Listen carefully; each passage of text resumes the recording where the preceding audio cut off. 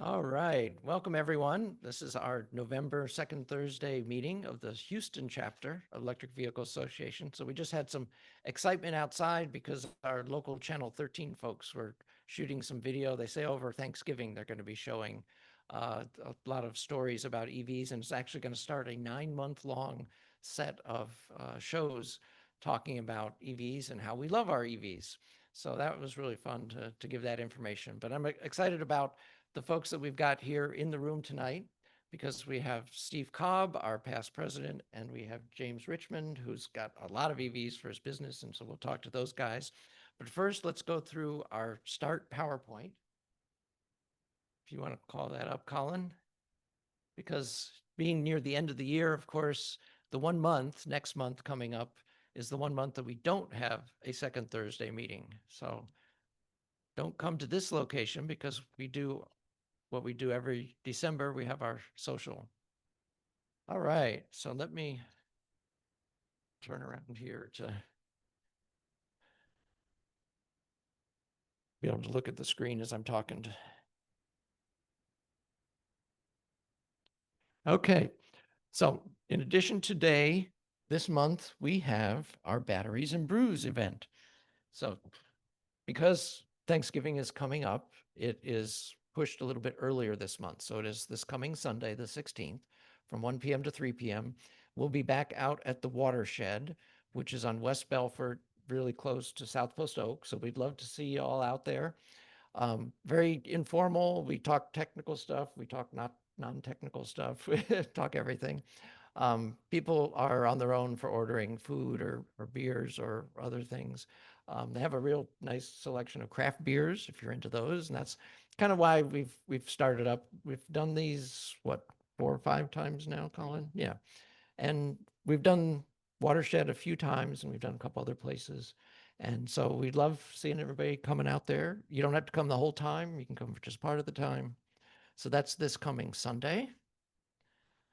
And coming up also this month, but up in Dallas, is the Electrify Expo. So we've had them in Austin a number of times. And this time it's scheduled for Dallas. You notice it's the 15th and 16th, so this coming weekend.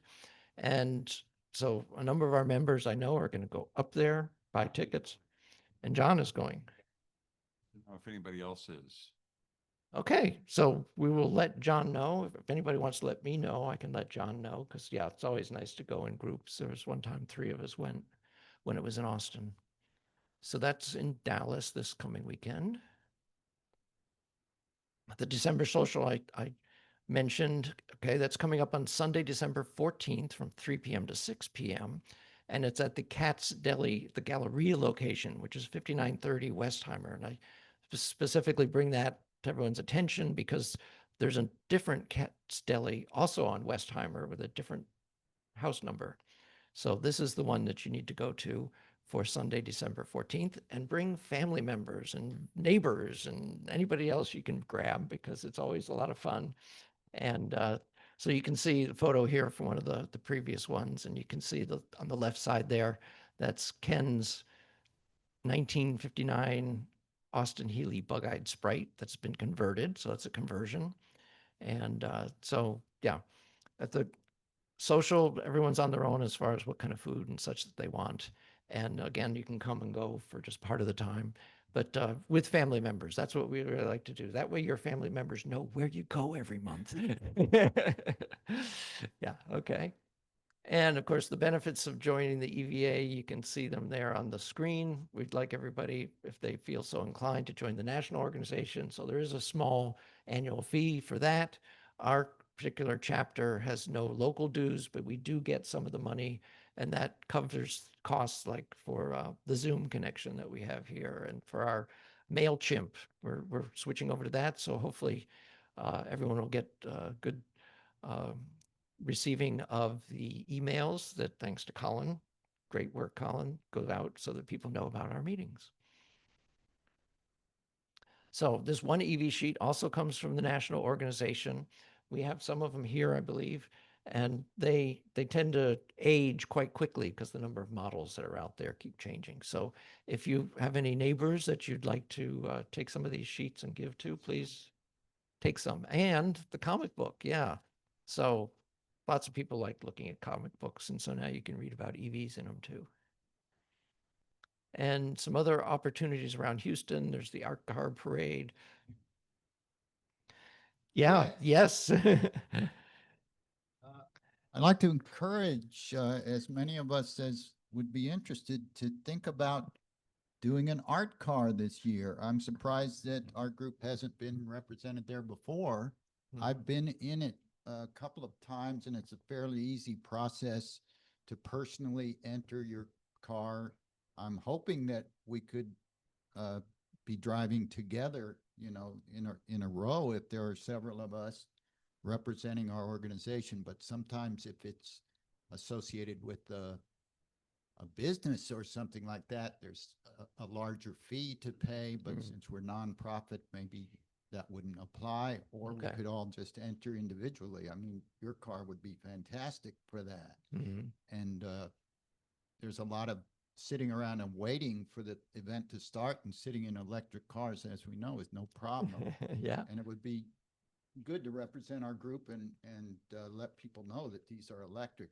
I'm just planning to put a big lightning bolt on the top of my car and have signs with our club information on the side. So if Perfect. 3 or 4 of us could do that, you could really get creative with it and have a lot of fun. So I've done it on bicycle wheeled vehicles before, where I was doing a stand-up elliptical with wheels, going for an hour and a half behind a diesel truck, which cured me of wanting to do that. So I'd like to specify that we not be behind diesels. Yeah. But so I'm going to be providing information about that, but they should be taking registrations for the art car event, which is going to happen April 12th this year. But you have to sign up ahead of time, and they cut off the sign-up period sometime in the spring. So I will try and communicate more about that, or if anybody wants to sign up on a sign-up sheet and give it to me, then I can be in touch with you about it directly. But it's a really fun event. If you've never been in a parade before, it's a wild experience to be in the center of it and see thousands of people on either side of the street just looking at what you're doing. It's a very unusual experience, but would be a lot of fun, and I think people would be interested in seeing a variety of our vehicles. You would lead the way, and somebody with a Cybertruck bring up the rear. Oh, nice. Good ideas. All right. Yes, I love adding more things in. So our car parade, if there's anyone who is in the sound of my voice who's good with Instagram, we'd love to have somebody who helps with that. And of course, some of our club members at different times have presented topics. We've heard from Kevin about electric airplanes before, and I think we will again in the new year. And and then, of course, if you have a way to advocate for EVs, getting the word out around Houston is great. And some more opportunities having to do with consumer reports. This is relatively new. Yeah, it's they're looking for a way to grade charging so that they can shame these people that don't maintain their chargers. So this is that they need surveys, they need numbers, they need people to comment. And I know it's one more damn survey, but here you go. Okay. Right. Well, that's the kind of thing, the helpful things that improve, in this case, charging and so forth. Okay. And Facebook is always a good place to go. That center photo there is a nice NASA EV for the post office from decades past, but left and right, you can see where things are moving into the future. Yeah, it's at Hobby, supposedly a 40 charger location opened up. Yes, So I'm trying to show you what things get brought up on our Facebook, even though Facebook is evil. Everybody hates it. I get it. But it's the only way we have to communicate. And so check it out. Yeah. All right. You did. It works. Fantastic. Tapping a credit card. Okay. I haven't done that for charging, but I like that. Good. That makes it easy. Yeah. 150 kilowatt chargers, and they probably have both types of connectors, I imagine. We can check that out, but I'm betting that now they're building them with both the CCS and the NACS, I bet. No level 2 though. Sorry, David. Yeah. Yeah, yeah. Okay. All right. So that's good. And then, of course, here at TXRX, we're always happy that they provide this space for us every month at no cost.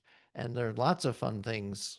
If you walk past any of the other rooms out here, you can see all the equipment that you can get checked out on. You can do projects on, things like that. So we appreciate TXRX Labs. And smelling the food, right? Things going on with food. Yeah. All right. Here's a really interesting piece of technology. You notice it's got solar panels in the top and a big box.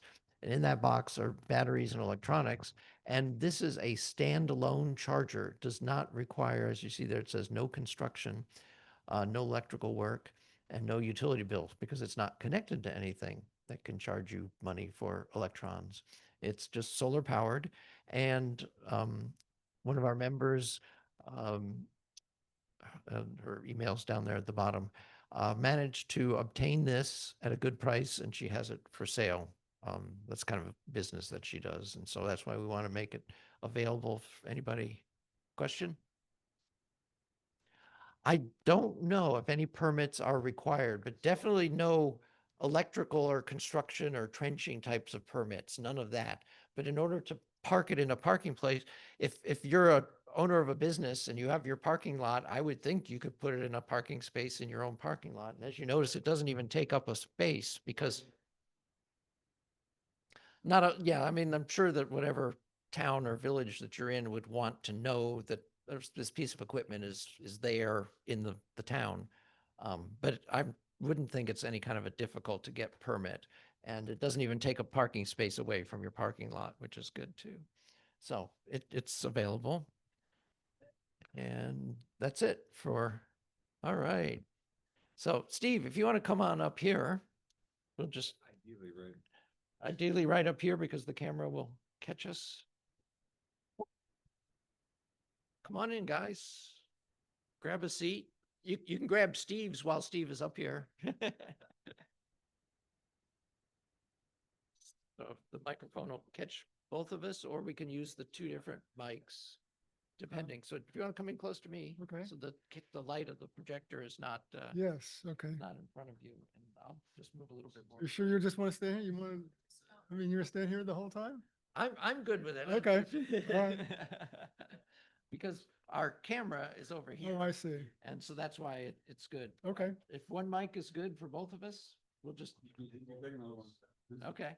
Or, but we're probably also gonna, I just assume, I guess I can't sit here uh, because the camera's not, if, Yes, we can. you yeah, can't, can I just sit here? yeah, we can roll a couple of chairs over. Yeah. Oh. Do you want to?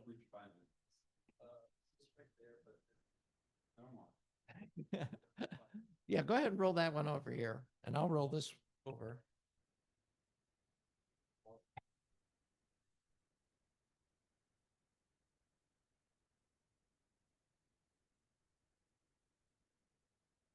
Because we want to be able to talk to you well, and yeah, we'll just take this around.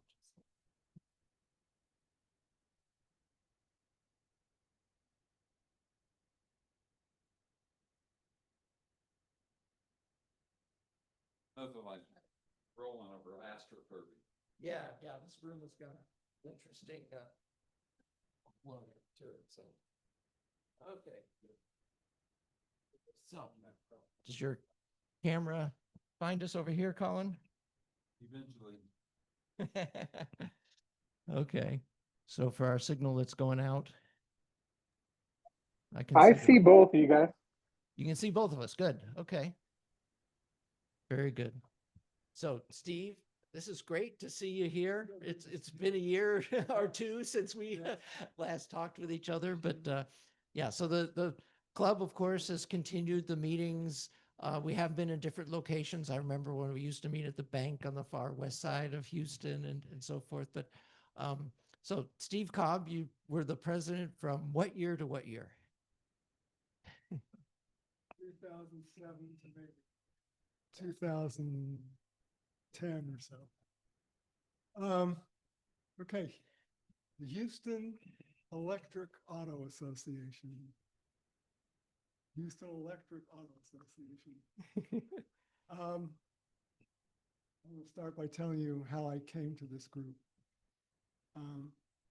The year was 2006, and I saw a movie that maybe some of you have seen, Who Killed the Electric Car? Ah, yes. What a movie. If you haven't seen it, it's worth the $4 on YouTube. You ought to see it. I saw the last show on a Thursday night. There were 4 guys in the great big theater at Greenway Plaza. It's not even there anymore.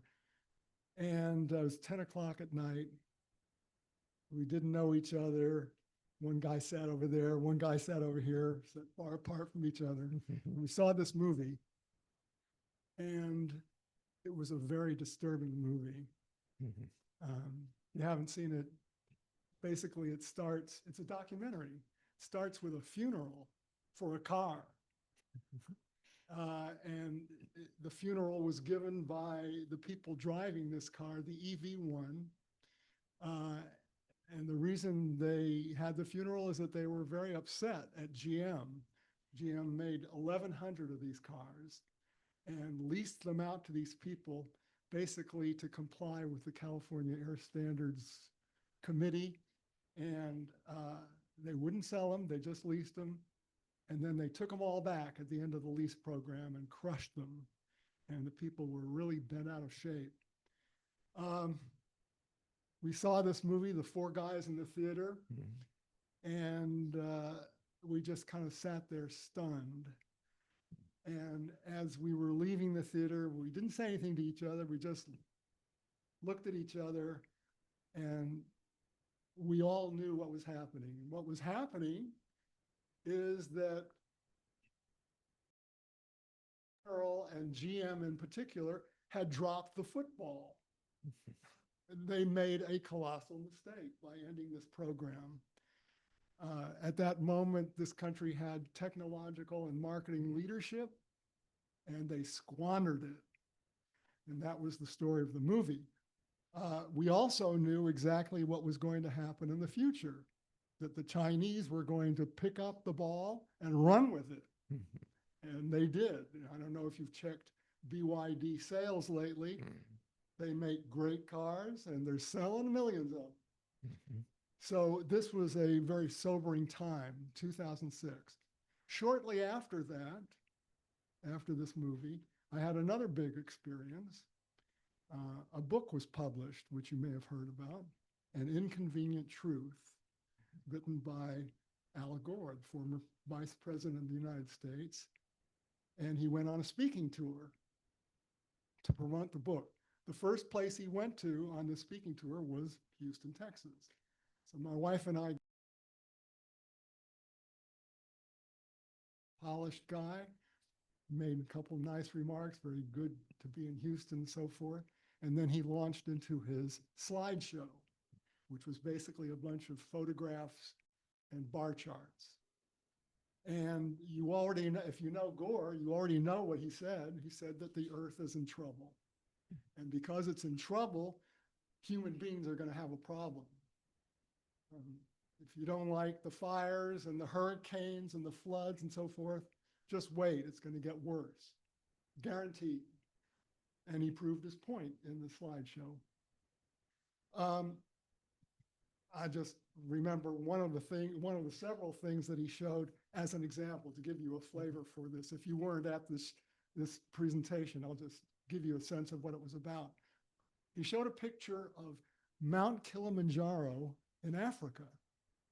Fantastic picture, a majestic mountain with a beautiful, bright snow cap at the top of the mountain. Fantastic picture. That was photo 1. Photo 2 was the same mountain taken from the same vantage point 20 years later. And you know what it looked like. The snow cap was in trouble. It was looking kind of tired. And of course the audience went, gasped. And he said, this is what's going on. And you know what the cause of it is. We have an addiction to fossil fuels, in particular, liquid fossil fuels for transportation. And this disturbed me again because I've made my entire living in the oil and gas industry. Didn't feel so good about that. So basically it was a bummer and I didn't know what to do about it. And I told my wife, I want to be part of the solution. I don't want to be part of the problem. So the next day I started Googling around, who's talking about this topic here in Houston? And of course there was the Sierra Club and a couple of other groups. But then I came across this website for the Houston Electric Auto Association. Remember, this was 2006. You couldn't go to the Ford dealership or the Chevy dealership and say, show me your EVs. There weren't any. If you were interested in some non-gasoline transportation, you weren't going to find it there. So I said, I'm going to go to the meeting. I'm going to go to my first meeting. And I anticipated that this group would basically be like what I saw at the movie for the, Who Killed the Electric Car. There are a couple of guys sitting around with, Diet Coke cans and complaining about this horrible thing that was going on. But it wasn't like that at all. This was on Richmond Avenue at East Side. There was a municipal building there. And we kind of gathered out in the courtyard before they let us in. And the place was hopping. There's a big crowd there that had come for this meeting. And everybody wanted to know about EVs. And they were talking batteries. And they were talking about motors. And they used a word that I had never heard before in this context. They started talking about conversions. The only conversion I knew about was religious. I mean, a Baptist became a Catholic or something. So they were talking about conversion. I realized they were talking about something new and different. I was very turned on, very excited. They finally let us in, and the meeting began, just like this meeting. Basically, it was a disappointment. The guy leading it was winging it. He didn't really have much of an agenda. They spent way too long talking about how much money was in the club's bank account, $27.14. No, I checked it a week ago. It was $35, whatever. That kind of nonsense. And meanwhile, a whole room full of people had gathered who had taken the time to come to this meeting, and they weren't getting what they probably wanted, which is talk about EVs. So I thought, okay, well, maybe they're having a bad night. I'll keep coming to these meetings. And I did for, 5 or 6 more months. And I found out that this first meeting was not anomalous. This was the style. So by that point, I had developed some relationships with people and friendships. And I started to, ask them, like, kind of furtively. I didn't want to kick up a fuss, but I said, are you bugged by this? That's his style, and he had been president for many years. That's the way it is. What are you going to do? So I said to them, like, well, why don't you run for president and change this? And I talked to like 3 or 4 people. They all said the same thing. Me? I'm not going to. Well, why not? Well, I'm very busy at work. I have a sick dog. I don't like to talk in front of people, all those reasons. Okay, whatever. So then they asked me the question that I was dreading. I knew they were going to ask me, well, Steve, why don't you run for president? So I was dreading the question because, frankly, at the time, I didn't know shit about cars. I mean, I knew how to put the dipstick in the little tube there. Oh, okay, I see we're down a quart. that's about as much as I had never worked on cars before. My dad was an accountant. He never worked on cars before. So I was a little reluctant to stand up in front of the group and lead it. But, you know, they gave me some encouragement. And at that time, the election thing came around and I ran and they elected me as president. So I started to make some changes. Again, this is way back when, long time ago, 20 years ago. First thing I started is, you know, like we're going to start on time and we're not going to talk about the bank account. We're going to get right into it. And I started really scheduling what seemed to be pretty meaty topics. Some of them were very basic, like, you know, this is an AC motor, this is a DC motor. What is the difference? When would you use one versus the other? A lot of meetings about conversions. Some topics were a little out there and a lot of them were very basic. So we covered a lot of different topics. I'll give you a sense of some of the things we talked about. One guy that I invited had been a fireman, and he in Dallas, I think, and he developed a very specialized expertise and kind of got out of the Dallas Fire Department and became a consultant to fire departments around the country. And his expertise was, as a fireman and fire department, what should you do when an EV gets in a crash? The firemen were like a little freaked out about EVs because they were afraid of getting shot. And so, and Teslas at that time were just coming on the scene. And so this was, you know, an important topic. Another topic was what happens if the car is sitting in the garage and the batteries catch on fire, thermal runaway, which you may have heard of. So that was a very interesting thing. Speaking of Teslas, you know, in the very early days, Tesla was getting started. We heard about it. We heard that some interesting things were coming out of California. We heard that some millionaire was putting a lot of money into this little company. At the beginning, we didn't even know his name. And then, you know, and I was having trouble with his name. What's his name? Must? That's his name? Must? Aaron Must? No, that's not his name. Elon Musk? No, that's not his name. Elon. Oh, Elon Musk. Okay, I'm going to remember that name. And, you know, we had little dribs and drabs of news about the company, and we heard and started to read some reports. Well, they're actually selling a few of these things. And this was not a conversion. This was like a purpose-built vehicle. We were very excited about that. That was like just fantastic, you know, and this guy Musk was our hero. A couple years later, they opened up a showroom in the Galleria, which I think is still there. And so I got on the phone and I called them up. I said, can you send a salesman out to talk to us? And so they did, and it was a very interesting meeting. And of course, we peppered the guy with questions like, you know, what do people ask about? Do they have range anxiety? What are you saying to these new EV prospects that you're talking to? Very interesting. So yeah, things were going along, and I was really starting to get into the groove of thinking about conversions. But I was, you know, I had picked up a lot of it. I personally had picked up a lot of information in these meetings, but I didn't have quite the confidence that I needed to take on a project like that. It's a serious project, and every once in a while you would hear about somebody who started a conversion, but it's like he got confused about it, and basically he wound up with a garage full of parts, you know, and a non-working car. Well, I didn't want to do that.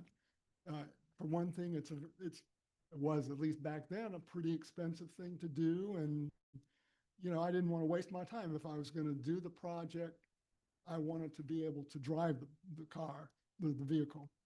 So to rectify this problem, I decided personally that I needed more information and more knowledge. And so I enrolled in the Houston Community College, while I was running these meetings, in night school for mechanics, the rest of the guys in my courses were, intending to become professional mechanics.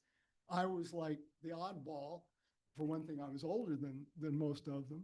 And for the other reason, of course, I had no interest in becoming a professional mechanic. I was there to prepare myself to do a conversion. But I hadn't decided for sure I was going to do that yet. So, and I told the teachers that, and they were like, again, this was like 2007, 2008. They thought that was a little weird, but okay, they were willing to roll with it. And, we had a very nice book, and we studied the book for an hour, and then we would go into the garage and work on the cars of the various students. Mm-hmm. And every once in a while, I would pass the dean of students in the hallway, and he knew I wasn't quite like his usual students, but I kind of wanted to introduce myself. And so I scheduled a meeting with him, and I came into his office there and had a talk with him. And I explained that I was from the HEAA, and we're a bunch of EV nuts, and I was thinking about doing a conversion. And again, back then, the whole EV thing, I mean, it still is to some degree in the minds of some people, but especially back then, like the EV consciousness really was not there for most people. So, I gave my little spiel about the group and about my intentions and so forth. And I'm talking, maybe someday the group could work with the auto technology department at the HCC and maybe doing something cooperative and that kind of thing. And this is what he said. He thought about it for a second. He said, "Mr. Kobb," he said, "we here at the Automotive Technology Center are concerned with internal combustion engines." He says, "We have no interest in electric vehicles at this time." He said, "Come back and see me in 25 years and we might have something to talk about." Ooh. And that was his answer. Now, I wasn't going to debate him. I mean, that was his thing. And it wasn't that unusual even for somebody to feel that way. But it was like no go for him. Well, anyway, it was I took 2 semesters there. I learned a hell of a lot. And even though, the things that I was learning, if I were to commit to this conversion, the things that I was learning about exhaust systems and radiators and alternators and all this, that's going to hit the junk pile if I actually do this thing and pull the trigger. But I was glad to learn about them. It was interesting, and I had really a newfound respect for all the things that go into a car. It was fascinating. But I still hadn't decided on doing a conversion yet. Still hadn't decided.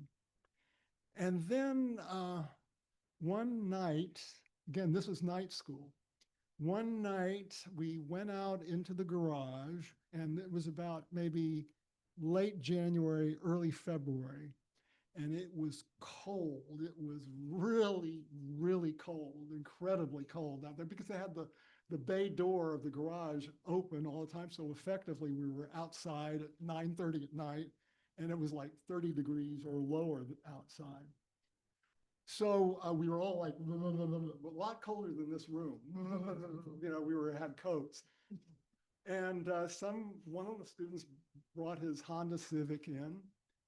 And I'm emphasizing the cold because the only warm thing in our environment was this Civic. And the teacher was showing us something. He wanted us to see something. I can't remember what it was. It's some component. It was deep in the well of the car. And like on the side of the engine, he wanted to show us, he made some point about this. So we all had to like lean in. We were gathered around, the hood was up, we were gathered around the car, and we were all like leaning in to see what he was talking about. So as we leaned in, my face was getting close to the engine. And on the one hand, I was glad it was warm. I mean, I was freezing. It was the only warm thing, so that was a good thing. But I began to realize, as my face was close to the engine, I realized, yeah, I mean, we're exploding gasoline inside this steel case, and it's throwing off an incredible amount of heat energy. And, of course, I knew this conceptually, but to feel it was like, okay, that got my attention. The next morning, I drove to the office, and I live inside the loop. My office is west of Highway 6. So I had a 16-mile trip every morning out to the office and back. And, on westbound on I-10, it's in the morning wasn't so bad. It wasn't empty, but I could make good time. So I'm driving westbound on I-10, and I look over to my left to the eastbound side of I-10. And I don't know what happened. It was maybe an accident or construction or something, but eastbound I-10 was locked up. Nobody was moving. Cars, trucks, motorcycles, construction, everything, anything, RVs, everything you can imagine, thousands of vehicles for as far as the eye could see, for miles, nobody was moving. And as I was looking at all this stalled traffic, I remembered what I had experienced the night before. And I started to realize every one of these gasoline and diesel engines were throwing off heat, just like I experienced the night before. And all that heat was going up into this big thermal sewer in the sky, just like Al Gore had described. And that's when I really understood his message. And that this is just one road in one town in Texas. This is going on all over the world. So of course we have a problem. Is it any wonder that we have a technology that we need to start getting off of this addiction to fossil fuels? So by the time I got to the office and thinking about all this, I said, okay, well, that's it. I'm going to do a conversion. That pushed me to the point of saying, I'm going to do it. And I came home that night and I talked to my wife. Thank goodness she was in a supportive mood, and she said, okay, as long as the people from the HEAA will help you, you have my blessing. Okay, great. So I went out and I bought a Chevy S10, 2002 S10, and it was working fine. Everything's great. I drove it over to a junkyard and I said to the guy who owned it, here's my S10. I'm going to convert it to electric power. I'll trade you. You can have all the gas-oriented stuff in this truck for free. You can have it. Give me 3 hours of time from your chief mechanic to help me get this stuff out of the vehicle, and you can have everything we pull out. Okay, yeah, we'll do that. So that's what I did, and took us about 3 hours to get everything out of the truck. And I mean, all that stuff, and what has to come out of the truck, a lot of stuff. And, the S10 is not a particularly complex, maybe in some cases it was. In my case, it's a pretty simple truck, but even a simple truck is a complicated thing. There's a lot going on in the truck.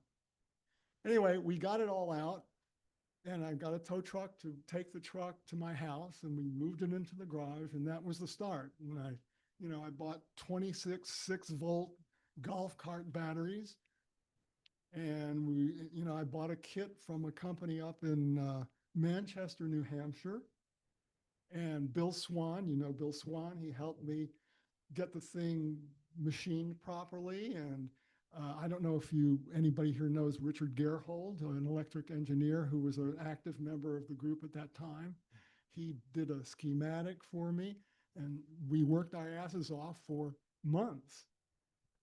And I remember when we were finishing up and Richard came over, we finished the final details and we drove the truck around the neighborhood. What a feeling that was. It was, I can't even describe it to you. It was like, you know, the Frankenstein movie where the guy says, it's alive, it's alive. That's how I felt. It was an incredible experience. And so, of course, at the next meeting of the group, I drove it and oh, everybody was excited and great. And then I paid some money to an electrical firm to put a receptacle in the garage of where my company was so that I could charge there. And they finished the job. And for the first time, I drove to the office in my EV. Great experience. You know, the truck got up to a top of maybe 60 miles an hour. It was not a fast car. You know, lead acid batteries are very heavy. And of course, you can hear the sulfuric acid sloshing around inside. So, you know, but it was an EV. Okay, we're good. It still didn't have anything out there to buy. And I drove the thing for 2.5 years. Didn't have any problem with it. The first day I brought it to work, again, I worked in an oil and gas firm. So the executives, they heard about it, that I was working on this EV. They came downstairs and let me see it. And I remember the president of the company said, Kobb, he says, you're not helping to sell the product, which was true. There was a lot of truth in that. But anyway, around that time, there was a lot of discussion in the group about how we could contribute to our community. What can we do for our community here that they can't do for themselves? And somebody came up with an idea, I can't remember who it was, of, well, you know, HISD, the Houston Independent School District, operates a lot of high schools in the community, and a lot of them have auto shops. What about doing a project with one or more of these schools to do a conversion? I mean, they might enjoy it. And so I gave it some thought. I thought, well, that could be an interesting project. But I didn't know for sure that the kids would like it. I mean, we were crazy about EVs, but would the kids be excited about it? I didn't know, you know, we shouldn't assume. So I am a graduate of Bel Air High School, class of 1966. And I called them up. I called I knew they had an auto shop, called the guy up who taught auto shop. And I told them, you know, who we were and what we were thinking about. And could I bring my EV truck into the garage there and just see if the students might be interested? I hope they would be, but it's a possibility that they thought, okay, got an electric truck, whatever. Well, I drove over there and I drove the truck into one of the bays that they had, and it was pandemonium. I can't even begin to express to you how excited these guys were. It was all guys, about 12 of them. They were bouncing off the walls. They were on top of the truck. They were below the truck. How does this work? What are these things? What if you did such and such? They were over the moon about this electric truck. And I said, well, you know, the reason I brought the truck here is we're thinking of talking to HISD about the possibility of you guys building one. Oh, Mr. Kobb, that would be fabulous. Very cool. We want to do it. What can we do to help you? Go talk to HISD right away. Okay. So I came back to the group and I reported what I found, and okay, let's see if we can get in with HISD. Now, I don't know if you know anything about the school district, but it is very big. It's a big bureaucracy, many, many layers. And that meant that we had to talk to an awful lot of people. And we talked to this one and that one. And, oh, I like the idea, but you need to talk to Roberto. Okay, where do I find Roberto? And so we had to do a lot of that, you know. Finally, we got up to the level of the woman who was in charge of vocational education for the entire school district, important person. And she was reluctant at first, you know, I don't know, didn't know anything about EVs, but okay, maybe. And of course, I gave her a ride in the truck, and she warmed up, and she became a booster and a champion of this idea. Fantastic. Okay, great. But she says, you know, who's going to pay for this? We're not going to pay for it. I said, I'll see if I can do something. So I called up and did the same kind of exploratory phoning there at Centerpoint and also at Reliance. I found the right people to talk to, and I told them what we were thinking of doing. Okay, good. Yeah, all right, we'll kick in a few bucks. I said, well, it might be a few thousand. Not a problem. That's not even rounding error. We'll support you. But here's the but part. But you have to get the sign off from HISD. We have to be sure that the school district supported this idea of the EV group getting together with us, with the school district. If you don't have their support guaranteed, you don't get a red cent from us. And they both said this, Centerpoint and Reliant. So, okay, yes, sir, Mr. Reliant, I'm gonna get it together. So we got excited about it, and we decided we're gonna have a big meeting with all the players. There was one other person involved. I found this guy who had in California, he had developed a curriculum for high schools to do exactly this kind of thing, do conversions in high schools. He sold one to a school district in Virginia and one in New Jersey and another one in his home state of California. And I called up the teacher in New Jersey who had bought this curriculum. He had books and DVDs and a kit, and it was really a very well organized thing. I said, did it work? Oh yeah, we're very happy with it, and the kids loved it. Great, okay. So we scheduled this big meeting, and the big meeting was in a big conference room, long conference table, and I wore my suit and tie, and everybody had name tags, and we were trading business cards and setting up the projector, and it was getting very exciting. This is going to be an important meeting. We were going to get really thumbs up or thumbs down, but it was looking good, except for the fact that, the meeting was 10 o'clock in the morning, and my lady hadn't showed up, with the head of vocational training. 20 minutes before the meeting starts, my cell phone rings. Hello, Steve? Yeah, I'm not going to make the meeting. I've got a schedule conflict. Click. And I thought, wow, and several members of the group were there. That's not what I had hoped for. But okay, so we're going to soldier on. And people were, her whole staff was there and everything. So I didn't know how I was going to do it without her support. And, again, we as the EV group in town cooperating with the school district, I mean, that was a fairly big thing. So we had to make our best case. So we got everything organized, and like 10 minutes before the session, I stepped outside for a second to collect my thoughts. What am I going to do without this lady there? And I happened to see coming down the hallway somebody whom I had heard about but never actually met. I've seen photographs of this guy, haven't met. Who was it?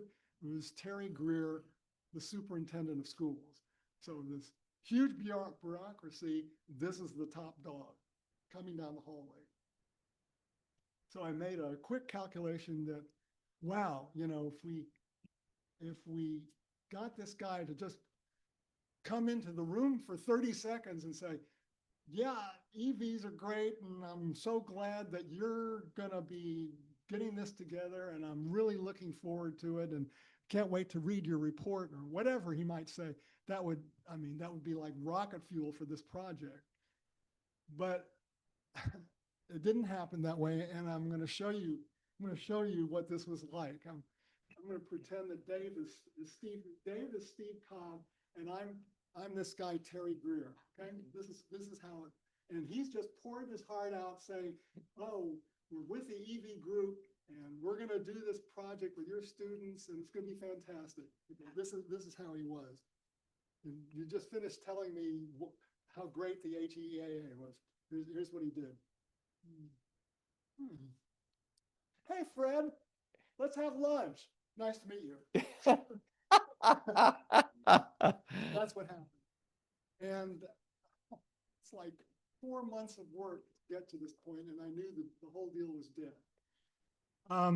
And so, you know, I went back to the group and told them what happened. It's a downer. But welcome to the real world. That's what was happening. Without his support, it just wasn't going to happen. So that idea never happened. I'll just wrap up by saying, shortly thereafter, my company was sold to an even larger oil and gas company. It was called Wood Group. And they called me in the office. Well, I should say before then, I'd been driving my EV for 2.5 years at this point. And Nissan had just introduced the Nissan Leaf. And so I was hanging out a little bit at Mossy Nissan, which is around the corner from my office. And I was very excited. This was like the first EV, if you remember, the first EV from a major manufacturer. And they had one there that I had my eye on, but it was $30,000. And, you know, I couldn't go back to my wife and say, I would love to get an EV from Nissan, but it's 30 grand. Okay. So to get back to the sale of our company, they called me in the office. The president was there, and he says, "Steve," and I thought they were going to fire me. And he says, "Steve, we just sold the company, and we got a lot of money for it. But we want to show our appreciation for all the great computer programming that you've done over the years. It's been a great help. And we want to show our thanks to you. And here's an envelope. Open it up." And I thought there were going to be like, you know, a couple of $100 bills or something like that. I opened it up, and there was a check inside to Steve Kobb, $30,000. $30,000. I couldn't believe it. So happened to be the price of a leaf. Huh? exactly the price of the leaf.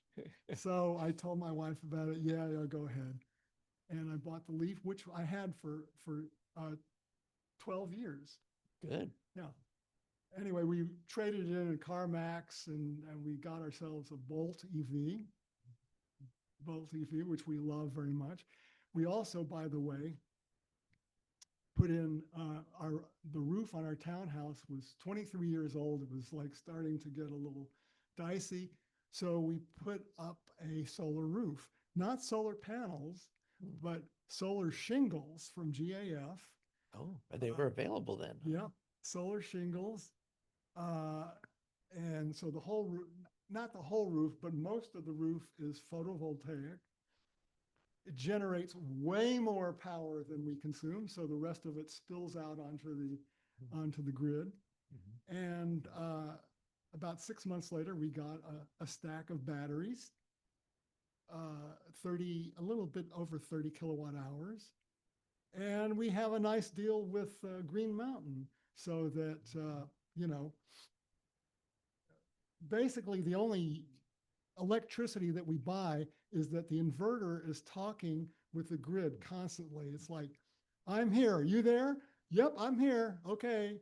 You know, and they're back and forth, like little, like 10 watts just to make sure that we're in sync here constantly throughout the day. So basically, like during the hottest months of the year, maybe my bill is $4.50. And the air conditioners are blowing and going all day long, $4.50. At night, we get free electricity from 8 to 6, so we get as much as we want. So that's the deal. We give them power during the day, they give it back at night. But anyway, I'll just end up here to say that it was, the EV thing is great, and I'm very grateful that I got associated with the group. Very good. Yeah. And we'd love to see you at more meetings and the social next month and everything. So yeah, that's a great story, Steve. Thanks so much. So for folks in the room, well, don't run away. We want to see if we have some questions from folks online and in the room here and everything. Very good question. I bought the Nissan, and now I had two vehicles, and I didn't need the truck anymore, and really didn't want the truck anymore because this Leaf was fabulous. So I remembered something that my dear old accountant dad told me, and I got to work on it. Here's what I did. Richard Gerhold, this guy who did the schematic for me, had two jobs. He was an engineer for Toshiba, and he also taught class at the Lone Star College on Barker Cypress. So I said, Richard, introduce me to the president of the college. Okay, good. So I met the guy. I can't remember his name, but I went into his office. I said, this is what I'm proposing to do. How would you like to have the EV truck that's sitting outside your office right now? I'll give it to you for free, in exchange for a letter from you on your letterhead, on the stationery for the college, saying, thank you, Steve Kobb, for this wonderful gift of an electric truck. We really appreciate your generosity. Signed, Dr. John Smith. Give me that letter and you have your truck. He said, okay. And I don't even care what you do with it. You can use it to teach your classes. You can drive it around in landscaping. You can sell it, whatever you want to do. Just give me this piece of paper. Yep. So he did. And in the week before he sent out the tow truck to pick up my truck, I got in touch with a professional appraiser. And I said, here are all my receipts, and here are photographs of the truck. I want a letter from you giving me your professional opinion of what this truck is worth, fair market value. Okay, $100. Okay, yeah, I'll pay you $100. Give me that letter. And he gave me the letter and said, this truck is worth $14,000. Of course, I had spent a lot more than $14,000 on the truck. $14,000. Okay, great. I took the letter from the college and the letter from the appraiser. I gave it to my accountant, and it reduced my taxable income by $14,000. And the reason that I'm telling this story and want to emphasize is that if you're ever in this situation, give whatever you got to somebody and take, it has to be a charitable organization, give it to them and get the tax deduction. It works. The IRS accepted it. Mhm. So that was very helpful. That's good to know where the vehicle went to, a school, and yeah, And Richard did use it to teach, basic electrical theory. good. Yep. Going solar on our house. How do we get into a deal like you had? I would talk with the installer. My installer has a PhD in electrical engineering from Texas A&M. Fascinating guy. I'll tell you his website, it's elias.solar. His first name is Elias. Brilliant guy in my opinion, and he did a great job. Of course, the tax credit, is going away at the end of December, and that made it very affordable. And we got, it was worth thousands of dollars to us. But I think that's going to slow down the solar thing, but it's not going to stop it. And if you really want it, listen, where the electricity prices are going. There's only one direction, they're going up. So I still think it makes sense. How big is your roof? The photovoltaic section of the roof is 440 square feet. That's all. And since we put in our battery, we have two inverters, one for the roof and one for the batteries.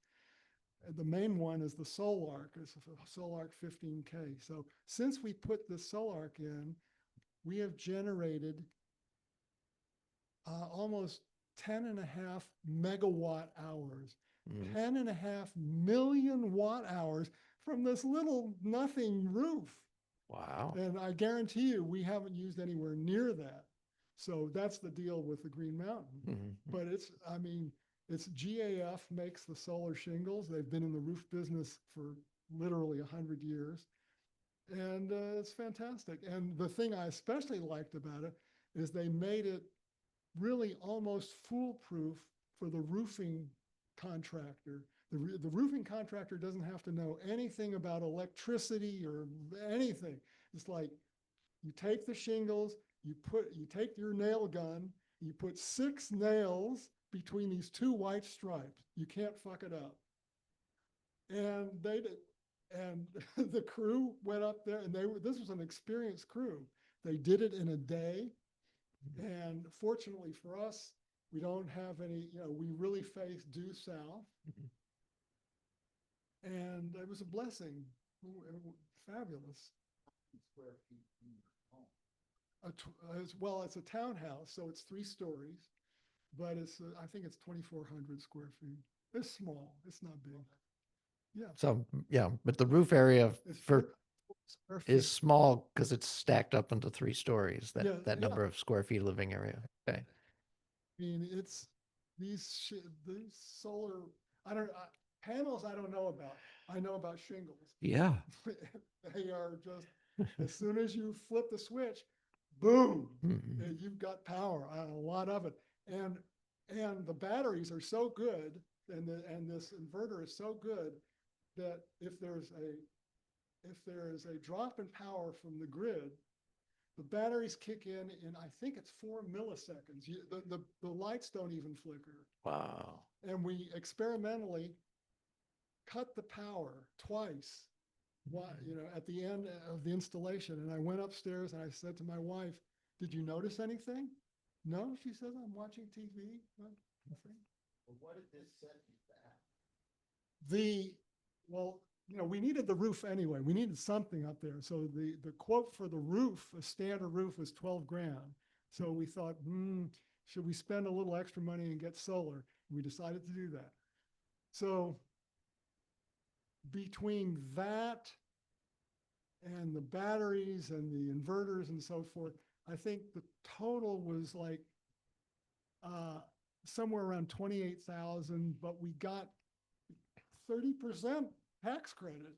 Mhm. So it saved us many thousands of dollars. So I don't know, maybe 19 grand or something like that, maybe 20, I don't know.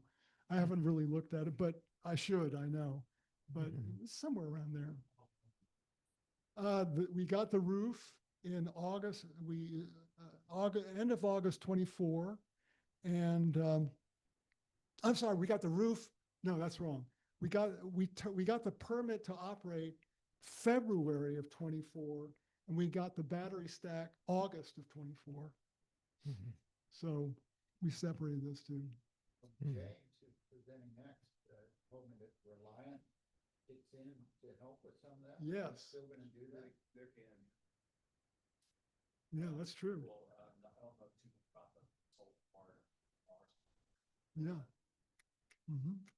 On the air conditioning, for high efficiency stuff, center point. Mm. Collected over $100,000 this Yeah. year. Get rebates. Mm-hmm. Okay. Which they didn't have when I did my thing. They didn't have that program. One other thing that I was curious about, you talked about the story with regard to working with HISD. I actually happen to work with HISD presently, and I teach in the architecture and engineering side. Mm-hmm. We've been trying, and I don't know if it's something that y'all are still interested in, but we've been trying to create a canopy such that it collects solar power. We're trying to encourage the admin to buy electric vehicles, and then I would allow the architecture and engineering students to construct said thing, similar to what you showed, photo you had earlier, that was this canopy, solar power, PV, powers a battery, and then they charge off. And so that's something that the club is interested in. I'd be glad to be the liaison for that, simply because it's real world engineering. Yeah. I mean, and it's hyper practical, and then it could encourage other of the higher ups to want to plug their electric car in. Well, I would hope so. I think the whole crew that we worked with way back when, they're not there anymore. They are, and it's still a bureaucracy. Yeah. There's nothing against that. It's just that they are, state of Texas is pushing for real world Yeah, experiences, and so y'all are interested in kicking that can around. I'd be glad to liaise with you to get it done. yeah. Well, good luck, and I think it's worth a shot. If they turn you down, you know, Well, money's always the key, right? So they're not gonna buy the equipment, they want the experience, et cetera. And so that's gonna be the crux, regardless whether building a flower pot yeah. or a, PV station, photovoltaics. I thought it was a great idea back then, and I think it's a great idea now. I did, Bill, wherever he is, yeah, he invited me. So yeah, I'll participate with you all. I'm a former EV owner, I3, unfortunately, the main control unit went out, and I was gonna spend 15 grand for that. So Eric was an I3 driver as well. Yeah. I love it. I had the Rex, so I stupidly just tried to prove that I could do dumb things. So I drove it from here to San Antonio, Austin, based on the Rex, because at that point, there was nothing but Tesla power station superchargers between here and San Antonio. Now Buc-ee's has, I don't know what brand, and Shell's doing it too. Yeah. Yeah, so there's places now. My name is Antonio Meckler. I work with TXRX for just, fun stuff. And I bring students over here to learn practical skills for engineering and architecture. Great. Yeah. Well, our vice president here. Let you guys talk to each other. Absolutely. Good, good. All right. More questions? Anybody online with a question?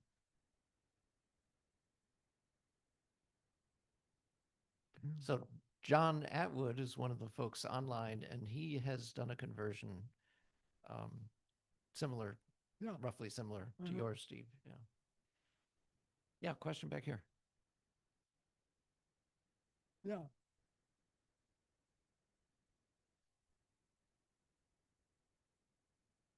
So 25-year warranty that GAF says. And they have a kind of a very tough thermoplastic. And we have had some hail. I don't think that, I mean, we have a periodic inspection. The guys go up on the roof. He said there was like one little thing, a smudge or something, but so far, they say that they're tested against hail. I don't know.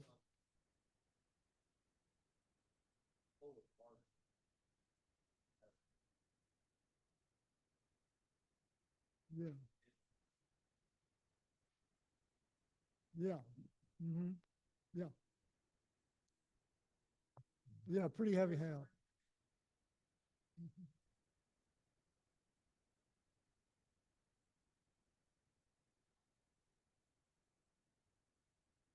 Yeah.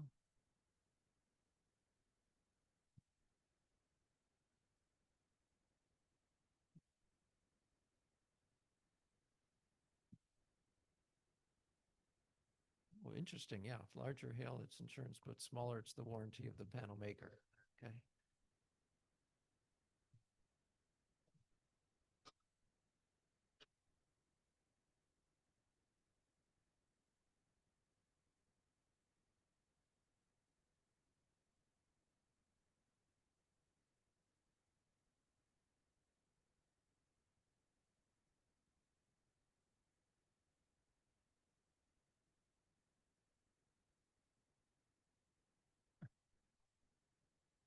Oh. Oh. Uh,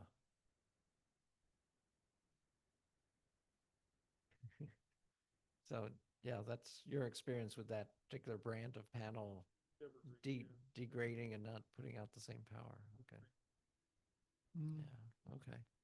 All right. Any other questions for Steve before we start talking with James? Because there's exciting stuff here too. All right. Thank you. Thanks so much, Thank Steve. you. Thank you.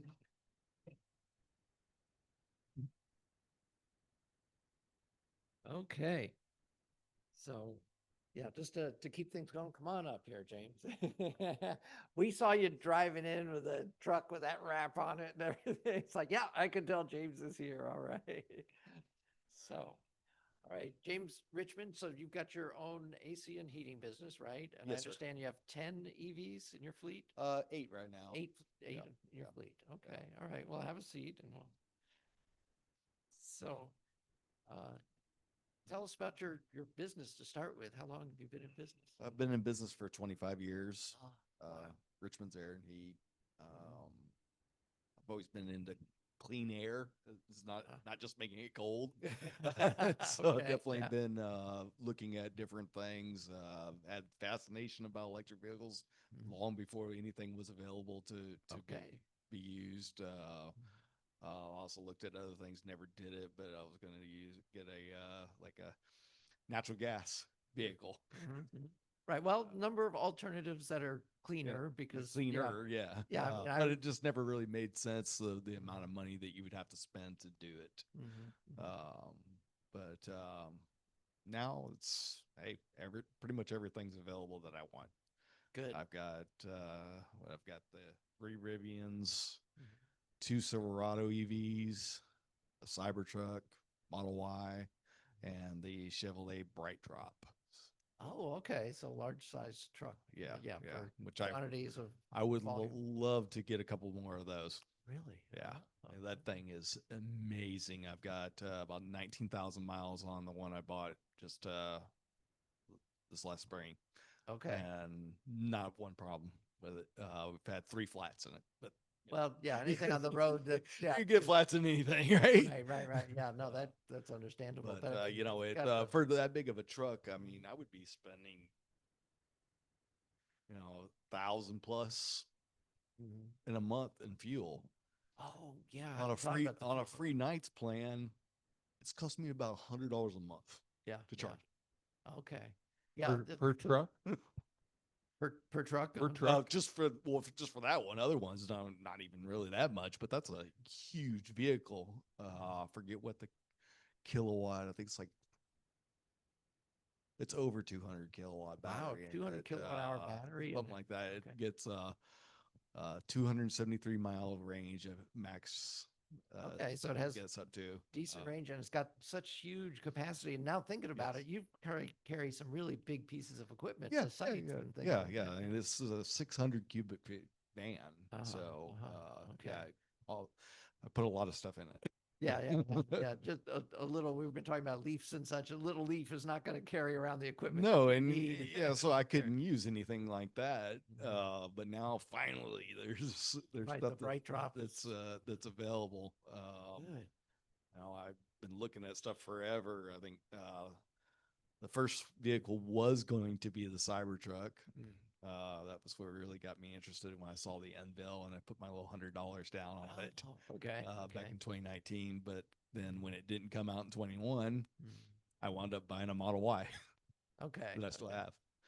Okay. So- So yeah, you can use different types of vehicles in Yeah. your company's fleet. Yeah. Okay. But then I wound up, the next one I got was a Cybertruck, and since then I've been spending like, Yeah. I've gotten another Cybertruck that I wound up trading in on the R1S. Okay. The only downside of the Cybertruck is Elon Musk. And There's politics. mixing him with my business is not a thing. Doesn't It's help not- the customer relationship. Yeah, I can Yeah, imagine that. Yeah, because there's how way do too many haters out there. Yeah. But how do your employees like driving your fleet Oh, of EVs? they love them. Of Uh-huh. course, at first they were against it. Uh-huh. But many of them, one of them I put in the Silverado EV. She went and bought a Model 3 since then. Okay.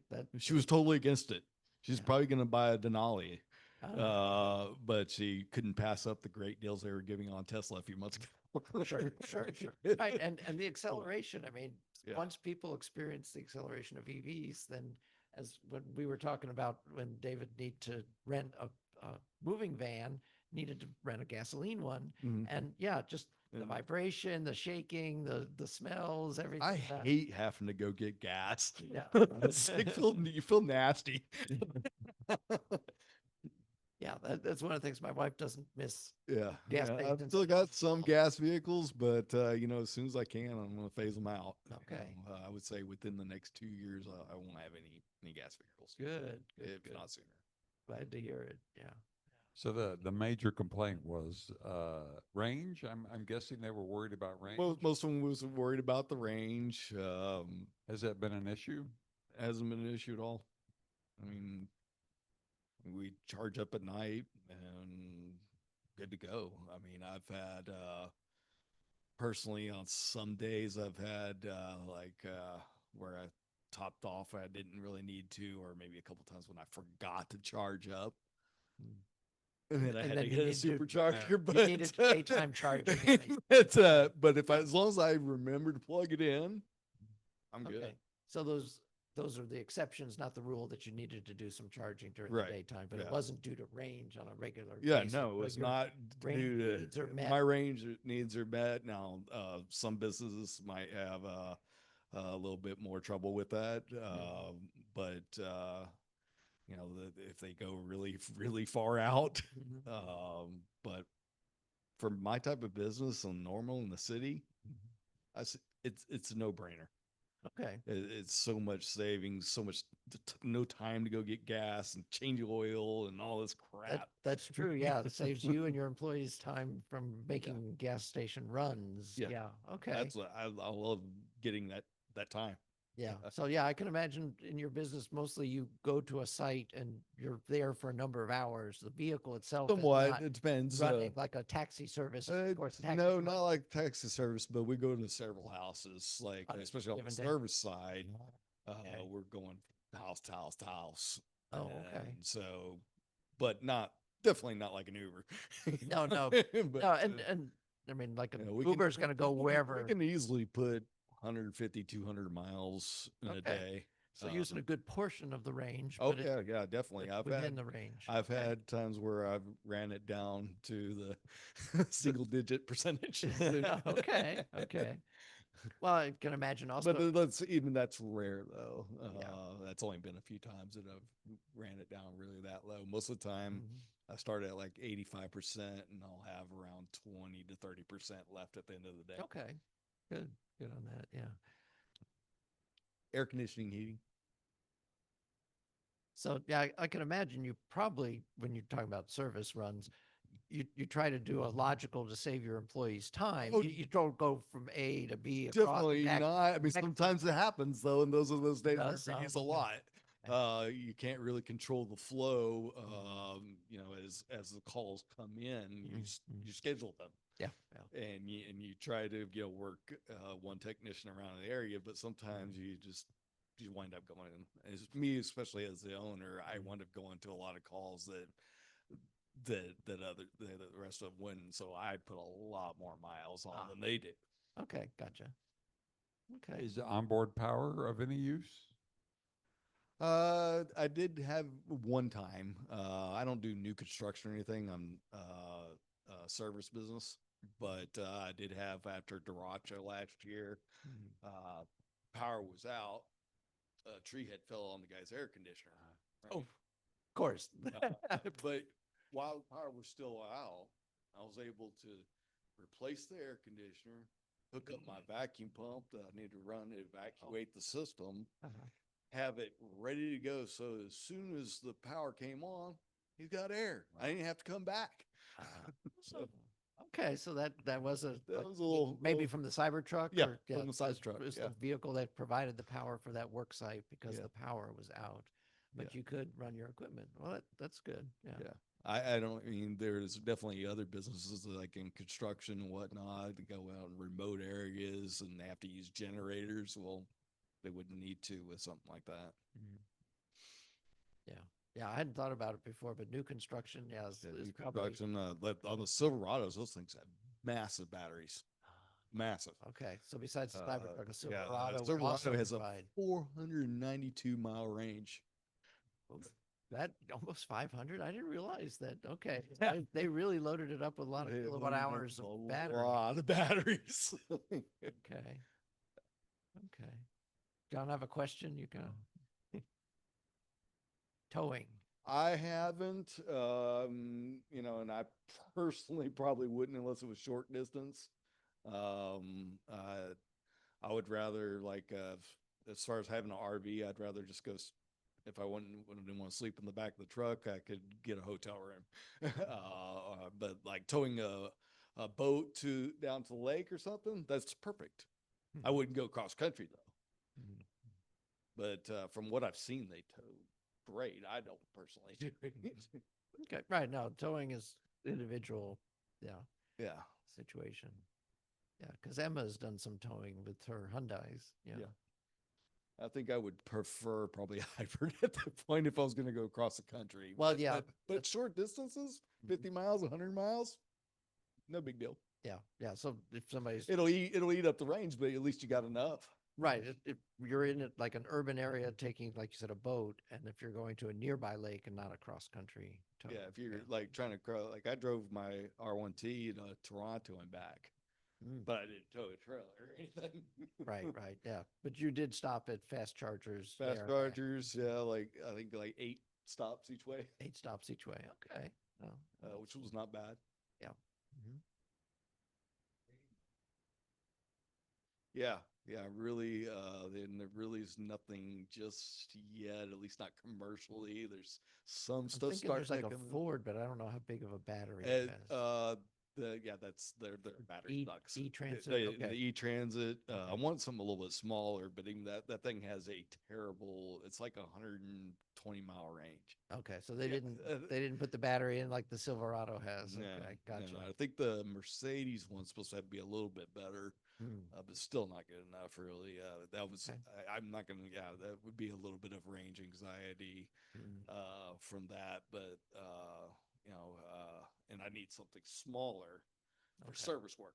Okay, for service work. I get bigger, I got the Bright Drop, and that thing has pretty good Mhm. range on it. So Right. Well, uh, they did put the battery in, yeah. and of course we know that around the U.S. there are battery factories currently being built, and Yeah. some of them will do something like the lithium iron, and those batteries, the cost of them per kilowatt hour is low enough that hopefully the trucks will be loaded up with a good amount of battery. Hopefully so. Hopefully so. But they're building more for like a use case scenario for last stop deliveries. Ah, okay. Amazon, Walmart, Gotcha. and stuff. Okay. And you know, Ah. that it works for them because they're not really going that far. Right, right. Yeah, they deliver in their area. The little few miles, they're probably most of them aren't even getting on the freeway. Yeah, yeah. Like yeah. you see, Amazon's got all the Rivian vans. Every now and then you see them on the freeway, Hmm. but you mostly just see them in the urban. So Right. That's where I've normally seen them, is in the neighborhoods. Yeah, that's right. Now that you mention it. Mhm. Yeah. Okay. So yeah, Steve. Bi-directional. I mean, I have it hooked up in my house for the Cybertruck, but I have not had to use it yet. Luckily, I was a little bit upset about not having it yet because I had the Cybertruck already when Duracho came through, but Tesla hadn't installed Oh, that would be the use case that. But yeah, I went 6 days without power, even though I had a Cybertruck sitting there. Oh, But yeah, I am ready. I'm guessing it'll work. there's your bright drop. Yeah, Thanks, Colin. Yeah. Yeah, Mhm. so people can get an idea of there. Of course, it's being shown right. They're next to the they're charger. actually I don't think it went down some, but when I got it, because they're not really selling them, Mhm. GM did 25,500 customer cash. Whoa, that's a big drop. Costco did a $3,500 for executive members. So they have like some kind of EV program. Oh, okay. Okay. So yeah, I've got it. Tax title and registration, 600 cubic feet with the max range and everything. It was like 74 grand for that truck. Okay. Which I mean, that's In the truck world, for something that's gonna That's get great. Yep. used. new truck. Yeah, yeah, yeah. And I love how the regenerative braking on it's like super strong. Oh, You good. know, and Mhm. that gives me a sense of safe, feels like safe, Mhm. especially with my drivers behind it. Mm. As soon as you start letting off that accelerator, you're stopping. Oh, okay. I hadn't thought of it from that aspect. Yeah. That's one reason I'm really into the EVs in general, but I really like how strong that one is. Okay. All right. Good, good. 'Cause Good.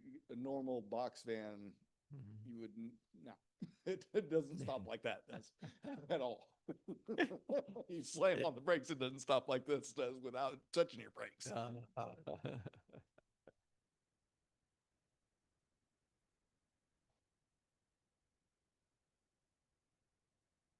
Right, right. Well, sometimes I like to just knock the rust off the rotors, so.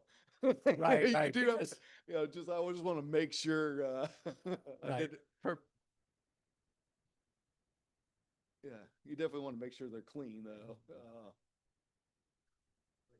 Yeah, yeah. Mhm, Just every once in a while, just clean them up, make sure the calipers are lubricated.